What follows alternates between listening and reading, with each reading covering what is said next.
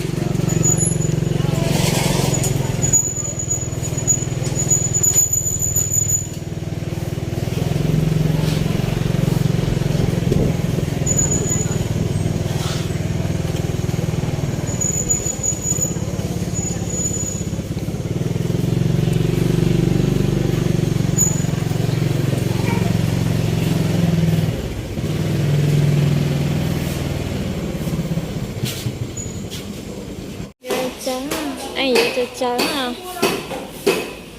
dưới tứ à. Ăn tất cả. Ăn hành mùi không? Ăn mùi cho thơm hả? Ăn hành không? Ăn gì là? Gì vô à? Thôi nhỉ? Bảy dạng rồi. Wow. Wow.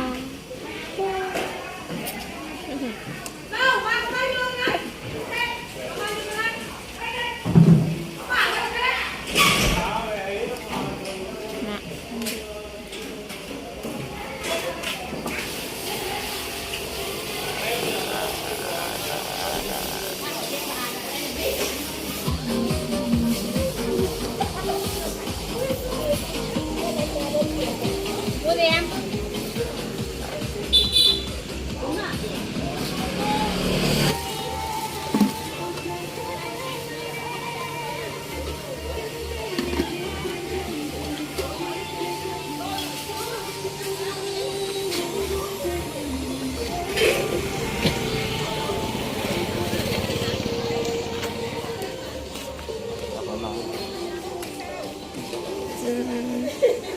Nó không, ở nhà có rồi. Không à. Hả? Nói ít một lượt còn có người nói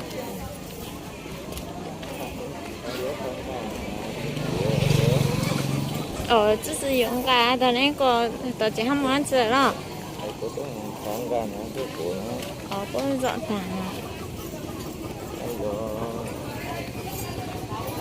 một câu đại ca Ta nói bố chị tránh á, có dọn thẳng trẻ. gió tới cái tính ra đó chẳng có câu rồi một sao thì nó là cái núi này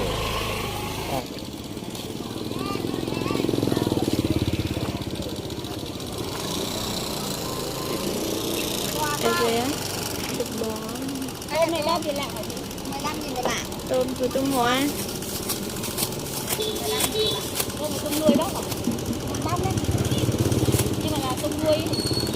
Tôm hai nước. Tôm nước lọc. Cái này. Cái này này. cái tông Cái này cũng có gần nó giòn này. Nó đang bao nhiêu? Cái này có 6 lạng rưỡi à? Có thêm vào không? Chứ thế nào anh ơi, vô cháy Cái này lên cân nhé. bây giờ vô bỏ thì vô bỏ thôi. 7 lạng đi 90.000. cái các miếng này Thêm đủ 90.000 hay là cắt cả? Cái này để thôi. Cái này là 8 lạng này. Đây 100.000. Khổ lắm. Tôm đến 15.000 một lạng. Thì bên kia chỉ tôm bóc. Đó mới rồi. Tôm rồi.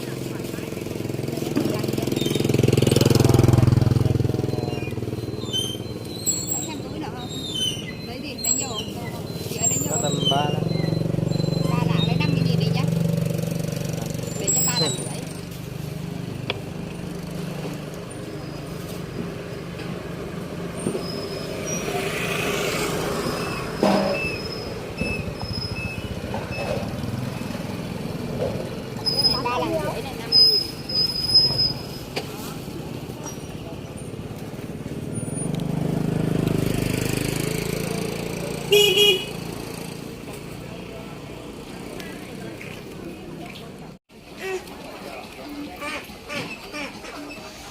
ai theo theo cố tình đời mình đâu cần đi ta chỉ mà lúc nó giờ nó gây nhu theo lý trong nó sợ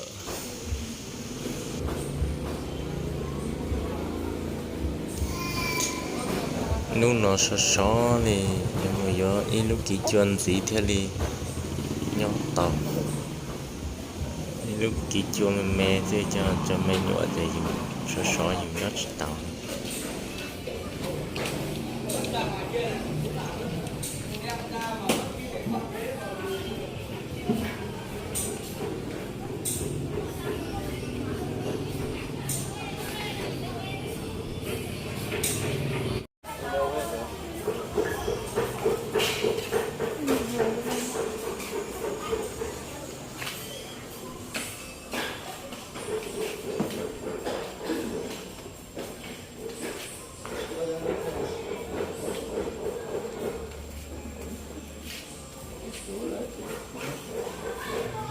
cái món xưa này ta biết chơi cho nó mình chơi chứ hả cái mình nấu nướng thì ít nhiều thời gian hết lên xin ạ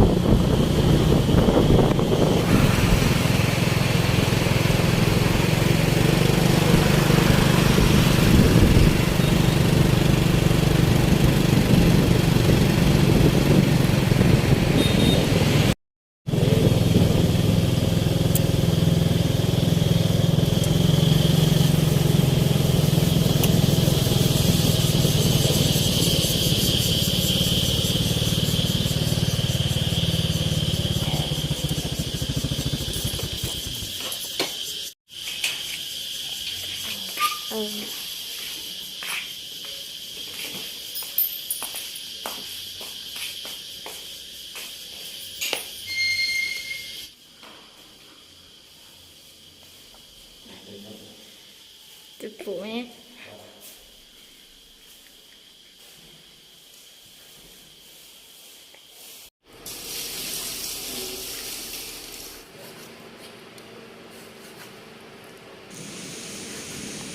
ta tỏi mà chẳng gây nhu nó sống kỹ cho là chơi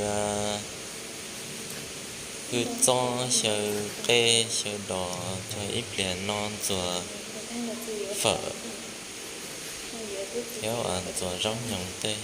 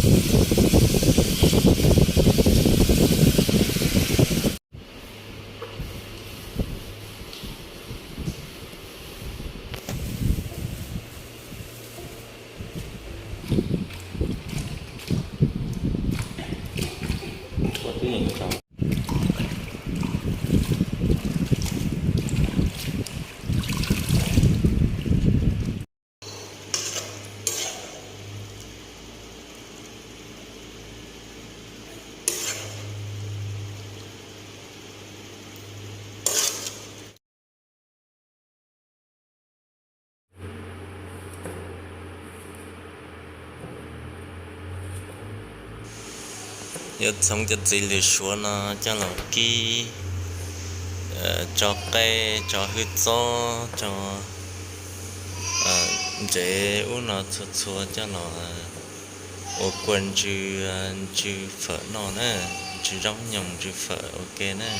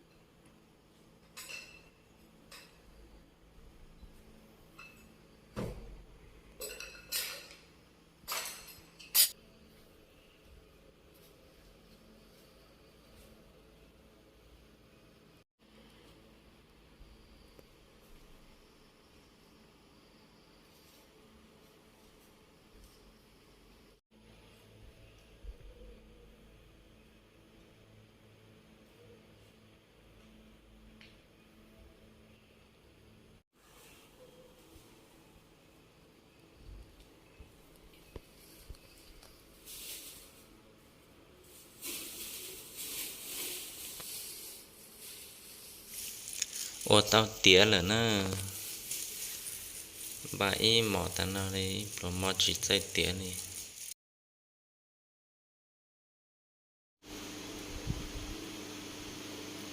mà nó ôm mình chỉ khóc bông nó nữa thì phở thì nó giờ gánh nhu nó là chua nó giờ tóc ba thế nó có xí tàu là xí cần gấu mình chỉ khóc bông nó rồi giống nhung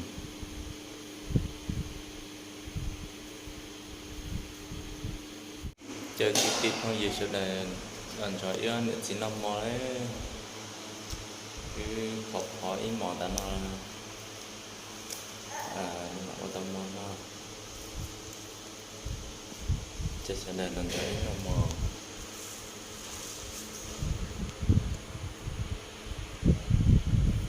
rồi mình cũng khóc bây giờ mình nhận ra như xuống đây là một khóc bóng nó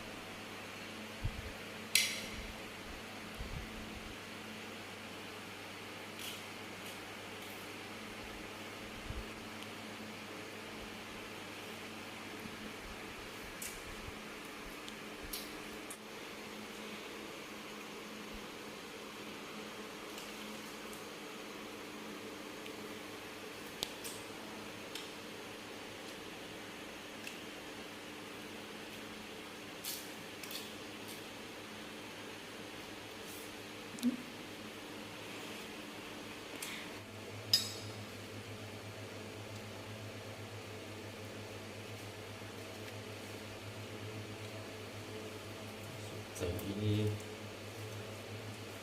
cầu lục thế có thể thế ta nói cho nó chưa đủ sát không em giờ là để chắc cũng khó nhiều quá. nói cho nó chưa đủ sát không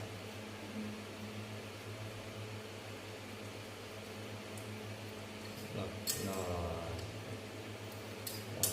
chết nó chết nó chết chết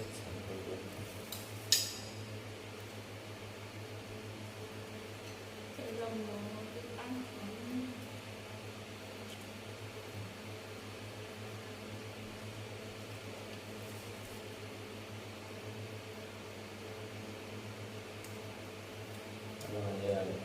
nó khử tới đó ý đồ nó lên nó Dạ.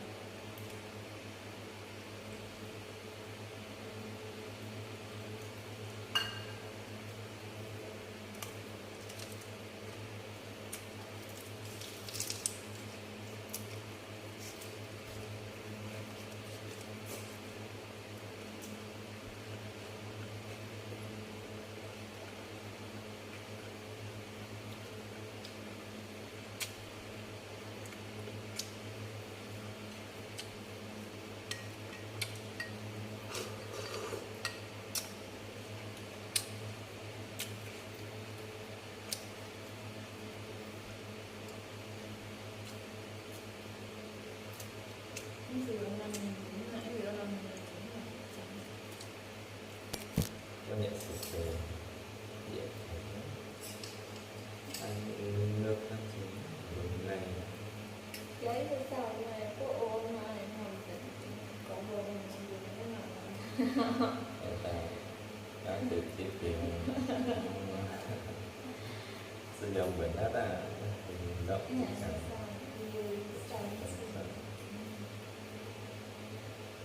một bộ phục vụ của sinh động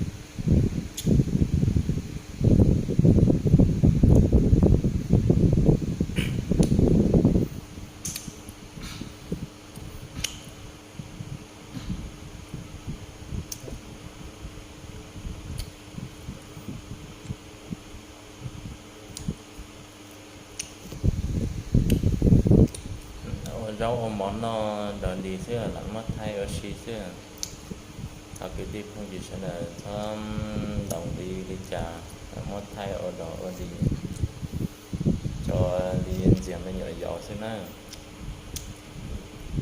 không là ở xí xưa sẽ là các sản đi trà thơm mất đồng đi